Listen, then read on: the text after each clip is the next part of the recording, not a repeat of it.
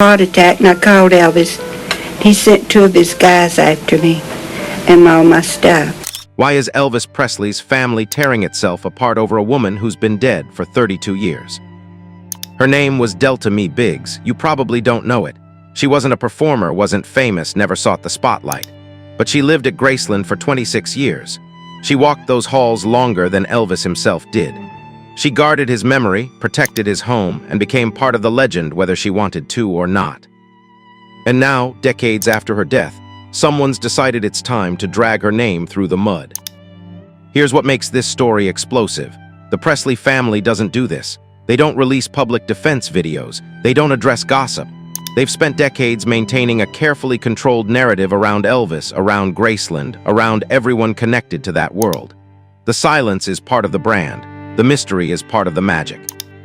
But something changed. Something pushed Donna Presley, Elvis's cousin, to break that silence. She posted a video defending Aunt Delta, and the language she used wasn't casual.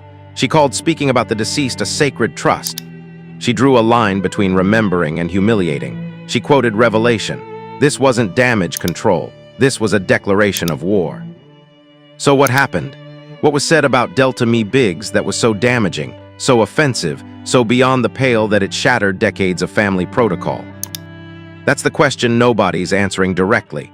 And that silence, that calculated refusal to name names or quote sources, makes this whole thing even more fascinating. Because it means whatever was said, whoever said it, cut deep enough to wound.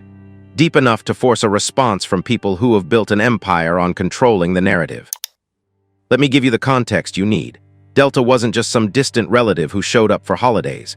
She arrived at Graceland in 1967 under circumstances that were both tragic and telling.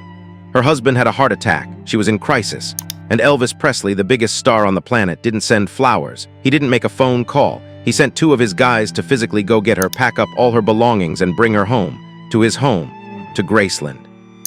She never left. Think about that for a second. She moved into Graceland in 1967. Elvis died in 1977. That's 10 years with him alive. But then she stayed. She lived there for 16 more years after his death, until her own death in 1993. She became the keeper of the flame, the guardian of the estate, the last living connection to Elvis inside those walls. And that's where the story gets complicated. Because when you're the person left behind to protect a legend, to maintain a shrine, to keep watch over a place where millions of people felt like they lost something precious, you don't get to just be human. You become part of the myth, and myths don't have bad days. They don't get cranky or territorial or difficult. But people do. So here's what we know from the whispers, from the recent claims that have apparently surfaced. Delta Mae Biggs wasn't always easy. Stories have emerged, or re-emerged, suggesting she was controlling about Graceland access, that she was difficult with visitors, that her grief over Elvis manifested in ways that made her hard to be around, that she held grudges, that she played gatekeeper not just to honor Elvis but to wield power. Are these stories true? That's not even the right question yet. The right question is, why now? Delta died in 1993. Donna Presley posted her defense in 2025. That's 32 years, more than 3 decades of silence. And suddenly, in the age of true crime podcasts and deep dive YouTube channels and TikTok historians who'll mine any celebrity story for content, suddenly Delta's name is getting dragged into controversies she can't respond to. You see where this gets messy? Because if these stories about Delta have been known for decades, why surface them now? Why package them for public consumption when everyone who could provide context, who could defend her, who could explain the nuance, they're gone too? Elvis is gone. Priscilla wasn't living there during Delta's final years. The inner circle is mostly dead or scattered. Which means Delta's story is now being told by people who maybe met her once, or heard stories from someone else, or are working from second-hand accounts that have been filtered through bias and time and the telephone game of memory. And Donna Presley is saying, enough. But here's what makes this more than just a family squabble. This is about legacy management in the social media age. The Presley estate is worth hundreds of millions of dollars. Graceland is a pilgrimage site. The Elvis brand is carefully curated, sanitized, presented as American mythology. And that mythology requires everyone in the orbit to play their part. Delta was supposed to be the devoted aunt, the loyal family member, the gentle soul who loved Elvis so much she couldn't bear to leave his home. That's the narrative that fits. That's the story that supports the brand. But what if she was more complicated than that? What if she was angry sometimes, or controlling, or damaged by loss in ways that made her difficult? Does that threaten the whole structure? Does acknowledging her humanity somehow tarnish Elvis's legacy?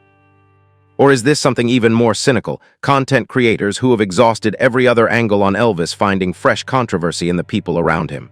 Because you can only retell the '68 comeback special so many times. You can only analyze suspicious minds from so many angles. But dark secrets about the family, conflict between relatives decades later, that's fresh content. That's engagement. That's views. And in that feeding frenzy, Delta Mae Biggs becomes collateral damage. So Donna Presley draws her line. She invokes the sacred. She demands decency. She suggests that there are things we should simply not speak, not because they're untrue, but because speaking them serves no purpose except cruelty. But that raises the final question of this section, the one that's going to haunt the rest of this story. What could possibly have been said about Delta that was so damaging, so beyond the boundary of acceptable discourse, that it forced this response? What secrets about a woman who died in 1993 are still dangerous enough to defend against in 2025? Let's talk about who Delta Mae Biggs actually was, because if you're going to have an opinion about her, you should at least know her story. She wasn't born into the Presley world. She married into it. She was the sister of Vernon Presley's second wife, Dee Stanley, which means her connection to Elvis was through marriage, through family ties that were already complicated. Vernon married Dee in 1960, just 3 years after Gladys died, and that marriage was controversial within the family from the start. Elvis never fully accepted it. He was polite but distant. So Delta's position was always somewhat precarious. She was family but not really, connected but not central. Until 1967 changed everything. Her husband had a heart attack. The details beyond that are sparse, but the outcome is clear. Delta was in crisis, and Elvis responded the way Elvis often did for family, with immediate, overwhelming generosity. He didn't just offer help. He sent his guys to collect her, all her belongings, everything. And he brought her to Graceland, into his home, into his daily life. And here's what's remarkable: she stayed. Through the chaos of Elvis's final decade, the divorce from Priscilla, the grueling Vegas years, the prescription drug spiral, the weight gain, the paranoia, the decline, Delta was there. She witnessed it all. She lived inside the machine as it started breaking down. Then August 1977 happened. Elvis died. And while everyone else eventually left, the Memphis Mafia scattered, Priscilla moved on, even Vernon died in 1979, Delta stayed. She made Graceland her permanent home for 16 more years. She became the keeper of the estate, the person who maintained the private spaces, who controlled access, who decided what stayed sacred and what became public. And that's where her reputation gets complicated. Because the stories that have surfaced recently, the ones Donna is defending against, paint Delta as something other than the devoted aunt. They suggest she was territorial, that she treated Graceland less like a family home and more like her personal domain. That visitors, even family members, had to navigate her moods and her rules, that she could be sharp, difficult, unforgiving. One thread of criticism suggests she made life hard for people trying to visit Elvis's grave, which is on the Graceland property. That she controlled who could come, when they could come, how long they could stay. That grief tourists and genuine fans alike sometimes found themselves at the mercy of her gatekeeper authority. Another thread suggests she had conflicts with Priscilla over the management of the estate, over what should be preserved and what should be monetized, over who had the right to make decisions about Elvis's legacy. And then there are the personal stories, accounts from people who knew her describing a woman who was bitter, isolated, living in the past, unable to move forward from loss. Someone who'd experienced trauma, her husband's heart attack, Elvis's death, being left behind in a mansion full of ghosts, and never quite recovered. Now here's where we have to be careful, because these stories are being presented as revelations, as hidden truths finally coming to light. But are they? Or are they just the complicated reality of a woman who lived through extraordinary circumstances and responded in human, imperfect ways? Think about Delta's position for a moment. She arrived at Graceland in crisis. She was taken in by the most famous man in the world, which sounds like a fantasy until you consider what it actually meant.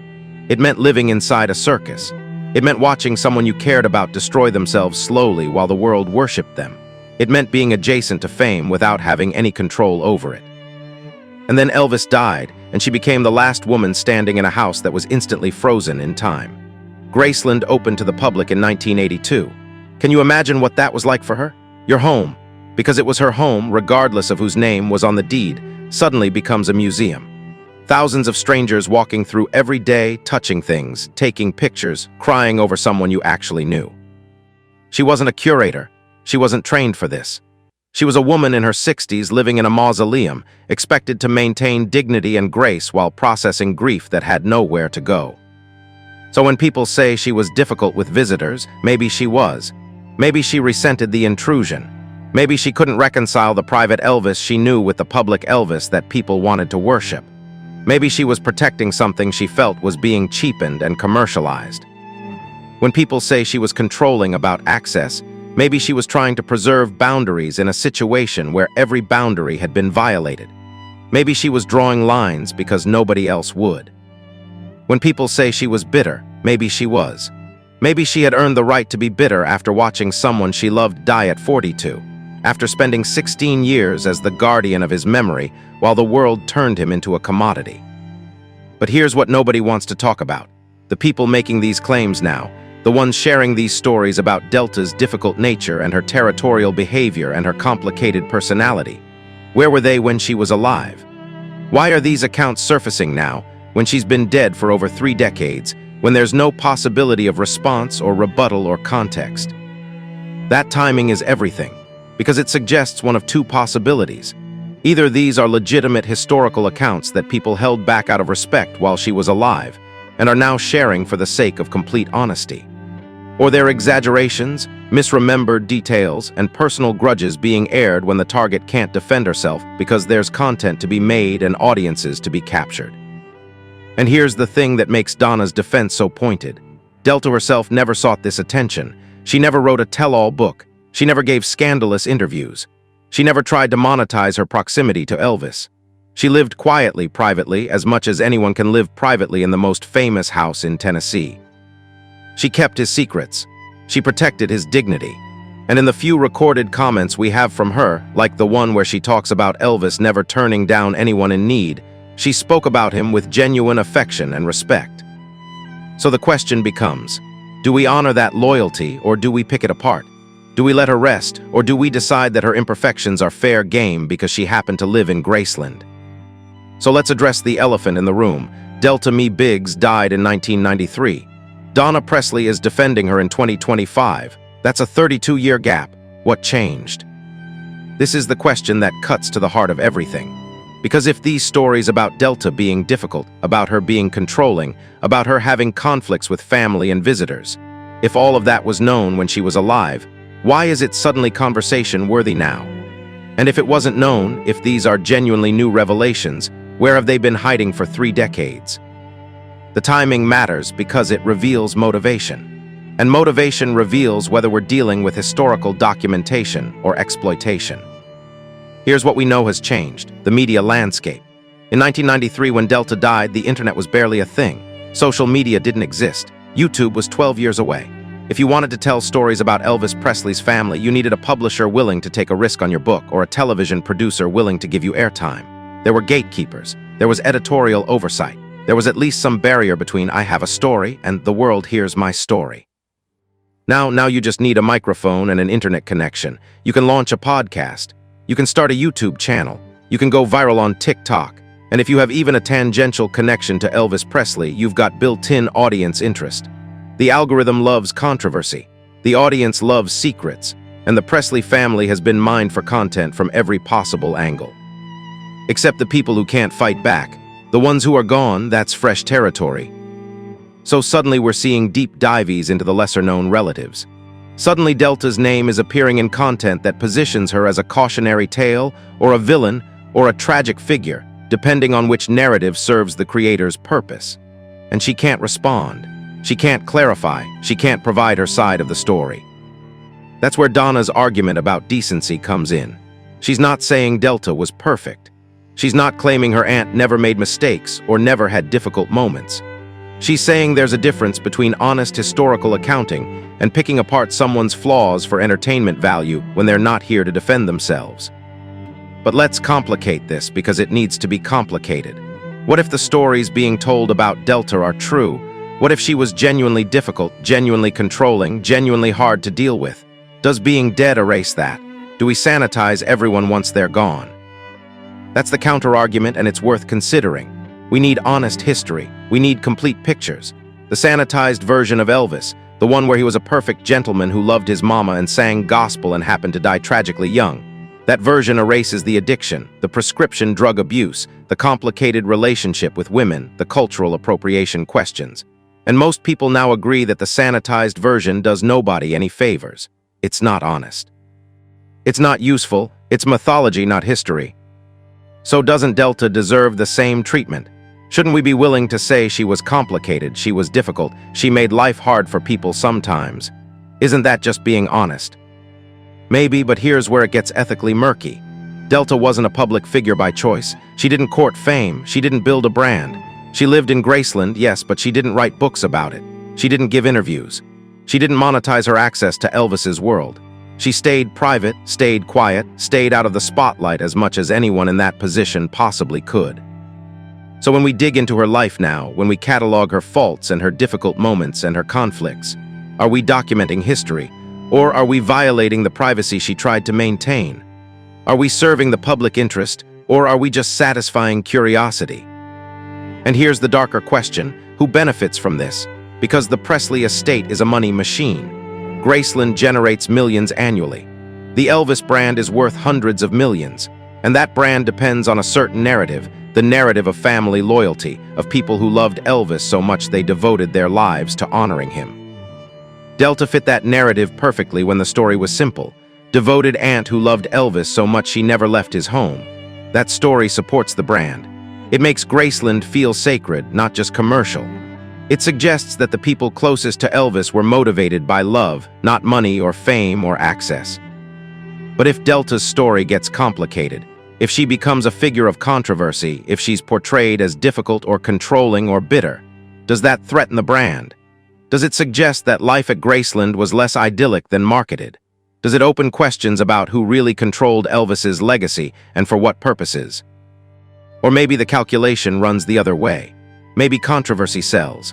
Maybe a complicated Delta makes the story more interesting, more human, more worthy of another documentary or another podcast series or another viral video essay.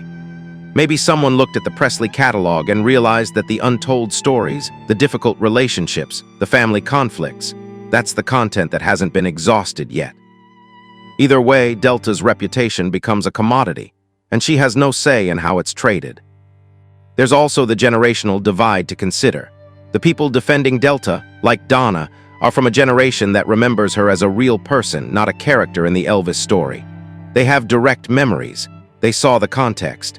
They understood the pressures and the grief and the impossible position she was in. But the people telling stories about Delta now, many of them never met her. They're working from second-hand accounts, from anecdotes, from gossip that's been passed down and probably distorted over decades. They're not remembering a person. They're constructing a character, and characters serve narrative purposes. Characters can be simplified, dramatized, turned into archetypes.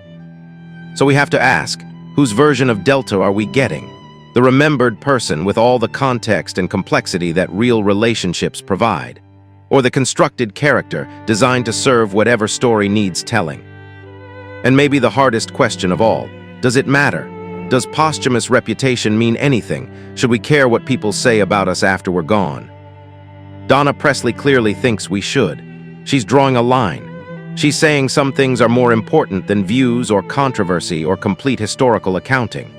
She's saying there's such a thing as a sacred trust, and violating it says more about us than it does about the person we're discussing.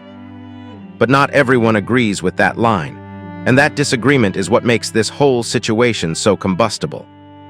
Let's get to the heart of what Donna Presley is really saying, because it's bigger than Delta. It's bigger than one family dispute over one woman's reputation. This is about how we treat people when they can no longer speak for themselves. Donna calls it a sacred trust. That language is deliberate. Sacred means set apart, consecrated, worthy of reverence. A trust means something you've been given responsibility for, something you're obligated to protect. Put them together and you get this. Speaking about the dead isn't just casual conversation. It's a responsibility that carries moral weight.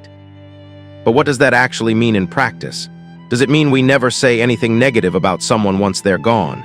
Does it mean we erase the difficult parts, smooth over the conflicts, pretend everyone was better than they were? Because that can't be right either. That's not honesty. That's not history. That's just selective memory dressed up as respect. So where's the line? Donna suggests the line is this: we should never repeat what someone would have found embarrassing, and we should never turn private moments into public judgment. It's not about erasing truth. It's about considering dignity. It's about asking whether sharing something serves any purpose beyond satisfying curiosity or generating controversy. And that standard feels different, doesn't it? Because it's not about true versus false. It's about necessary versus gratuitous. It's about whether the information serves understanding or just serves gossip. Let's apply that to Delta. Say the stories are true. Say she was difficult with visitors. Say she was territorial about Graceland. Say she had conflicts with family members over estate decisions. Sharing those details might give us a more complete picture of her personality. But does it give us meaningful insight? Does it help us understand Elvis better? Does it illuminate anything about fame or grief or family dynamics that we didn't already know? Or does it just make Delta look bad? Does it reduce a complicated woman who lived through extraordinary circumstances into a collection of her worst moments? Because here's what we don't talk about enough. If someone went through your life and cataloged every time you were short with someone, every time you were controlling or territorial, every time grief or stress made you difficult to be around, and then presented that as the definitive story of who you were, would that be fair? Would that be accurate? Would that be you? We're all more than our worst days. We're all more than the moments when we failed to be patient or kind or understanding. Context matters. Circumstances matter. The whole picture matters. Delta lived through her husband's heart attack and the dissolution of her previous life. She was taken into a world of overwhelming fame and chaos. She watched Elvis decline and die. She spent 16 years living in a house that had become a public monument while she was still trying to treat it as a home. She navigated family conflicts, estate management, the commercialization of grief, and the impossible task of protecting someone's legacy when everyone has an opinion about what that legacy should be. Maybe she handled all of that perfectly. Maybe she didn't. Probably she didn't, because nobody handles that kind of sustained trauma and pressure perfectly. Probably she had bad days. Probably she made decisions that hurt feelings or created conflicts. Probably she wasn't always fair or kind or easy to deal with. But understanding that, really understanding the weight of what she carried, changes how we interpret her actions, doesn't it? The controlling behavior might have been protective instinct. The territorial nature might have been boundary setting in a situation where boundaries were constantly violated. The bitterness might have been depression or grief that had nowhere else to go. We don't know, we can't know, because we weren't there, and more importantly, she's not here to tell us. And that's Donna's point. When someone can't defend themselves, can't provide context, can't explain their motivations or correct misunderstandings, maybe we owe them the benefit of the doubt. Maybe we owe them the assumption that they were doing their best in circumstances we can't fully understand. Maybe we owe them silence on the things that would only serve to diminish them. Here's the uncomfortable truth, though. We live in a culture that's obsessed with exposure. We believe transparency is always good, that secrets are inherently bad, that everything should be known and discussed and analyzed. We've built entire industries around revealing the hidden parts of famous people's lives. We call it accountability or honesty or just satisfying legitimate public interest. But sometimes exposure is just cruelty with better marketing. Sometimes revealing someone's flaws serves no purpose except to make us feel superior, or to generate content, or to tear down pedestals we were uncomfortable with in the first place. Delta never asked for a pedestal. She never claimed to be perfect. She just lived her life in extraordinary circumstances and tried to do right by the person who'd taken her in when she had nowhere else to go. And now, decades after her death, we're picking apart whether she deserved that life, whether she handled it correctly, whether her memory deserves protection. Maybe the real question isn't about Delta at all. Maybe it's about us. What does it say about our culture that we're still arguing about a woman who died in 1993? What does it say about our values that we're more interested in exposing her flaws than honoring her loyalty? What does it say about our humanity that we can't let the dead rest without one more analysis, one more controversy, one more round of judgment? Donna Presley is asking us to consider that maybe, just maybe, there are some things more important than complete transparency. That maybe dignity matters. That maybe there's wisdom in the old idea that if you can't say something kind about the dead, sometimes you shouldn't say anything at all. Not because the truth doesn't matter, but because some truths serve no purpose except harm. Not because Delta was perfect, but because she was human. And humans deserve more than having their worst moments become their legacy. Delta Mae Biggs lived 26 years at Graceland. She outlived Elvis by 16 years. She kept his secrets, protected his memory, and stayed loyal to the end. And now, more than 3 decades after her death, we're still arguing about whether she was worthy of that life, whether she did it right, whether she deserves our respect or our criticism. Maybe that tells us everything we need to know, not about Delta, but about what happens to people who live adjacent to fame. They become characters in stories they never chose to be part of. And those stories get rewritten by whoever needs content, needs controversy, needs something to say. Donna's drawing a line. She's saying enough. She's invoking the sacred trust, demanding we treat the dead with the decency we'd want for ourselves. Whether we listen is up to us. So here's my question for you. Should family members defend the dead, or should every story be told regardless of who it hurts? Is there such a thing as a sacred trust, or is everything fair game once someone's gone? This isn't simple, and I want to hear what you think. Drop your perspective in the comments. And if this made you see the Presley story differently, hit that subscribe button, because the untold truths behind the legend are just getting started.